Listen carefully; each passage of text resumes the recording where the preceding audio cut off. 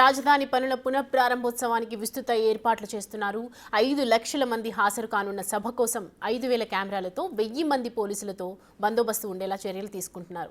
విజయవాడ అమరావతి పునర్నిర్మాణ ప్రారంభ వేడుకలు అద్భుతంగా జరుగుతున్నాయని మంత్రి కొల్లు రవీంద్ర చెప్పారు. అమరావతి రైతులకు ప్రత్యేక గ్యాలరీలు ఏర్పాటు చేశామన్నారు. ఏపీ ప్రజలకు ఇది విజయోత్సవ సభ. త్వరలో అమరావతి మహానగరంగా మారుతోంది. 5 లక్షల మంది ప్రజలకు ఎలాంటి ఇబ్బంది లేకుండా ఏర్పాట్లు చేస్తున్నామంటున్న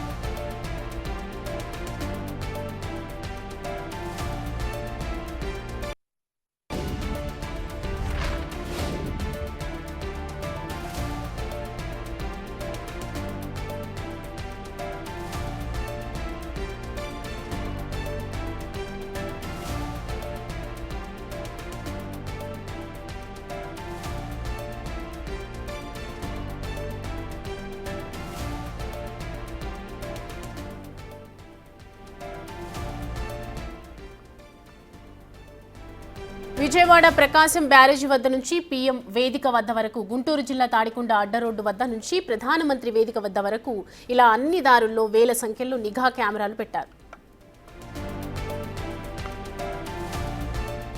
ఎక్కడ ఏం జరిగినా క్షణాల వ్యవధిలో తెలిసేలా కమాండ్ కంట్రోల్ రూమ్లో డిస్ప్లే ఏర్పాటు చేశారు. క్షణాల్లో సమస్యను పరిష్కరించే విధంగా 400 మంది సిబ్బందితో కమాండ్ కంట్రోల్ రూమ్ నిరంతరం పనిచేయనుంది. పూర్తి వివరాలు మా ప్రతినిధి శివ అందిస్తారు.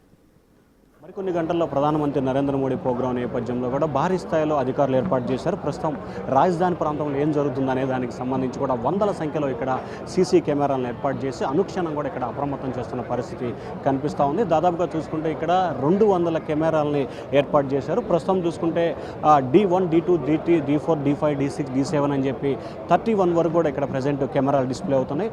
39కి సంబంధించి డయాస్ వేదిక, అలాగే ఇక్కడ ఆల్టర్నేటివ్కి సంబంధించి సీడ్ యాక్సిస్ రోడ్డు, అలాగే ప్రధానమంత్రి నరేంద్ర మోడీ టూర్కు సంబంధించి ఇట్లా ఒక్కొక్క అంశాలకు సంబంధించి కూడా ఒక్కొక్క రకమైన ఏర్పాట్లను ఇక్కడ విస్తృతంగా చేస్తున్న పరిస్థితి కనిపిస్తూ ఉంది.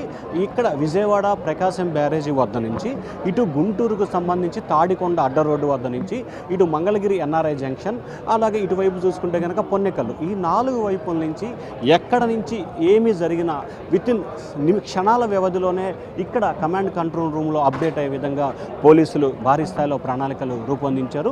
ప్రస్తుతం మనం ఏదైతే పోలీస్ శాఖకు సంబంధించి కమాండ్ కంట్రోల్ రూమ్ని ఒకటి ఏర్పాటు చేశారు. సో ఈ కమాండ్ కంట్రోల్ రూమ్కి సంబంధించి వందలాది మంది పోలీసులు ఇక్కడ దాదాపుగా 4-5 రోజుల కాలంగా కూడా నిత్యం ఇక్కడ మానిటరింగ్ చేస్తున్నారు. వందలాది కంప్యూటర్లు, వేలాది మంది సిబ్బంది, దాదాపుగా చూసుకుంటే 5 లక్షల పైగా కూడా జనాభా వస్తున్న నేపథ్యంలో ఎక్కడ ఎటువంటి అవాంఛనీయ సంఘటనలు కానీ ఇబ్బందులు కానీ జరగకుండా ఉండేందుకు అధికారులు విస్తృతమైన ఏర్పాట్లు చేస్తున్నారు.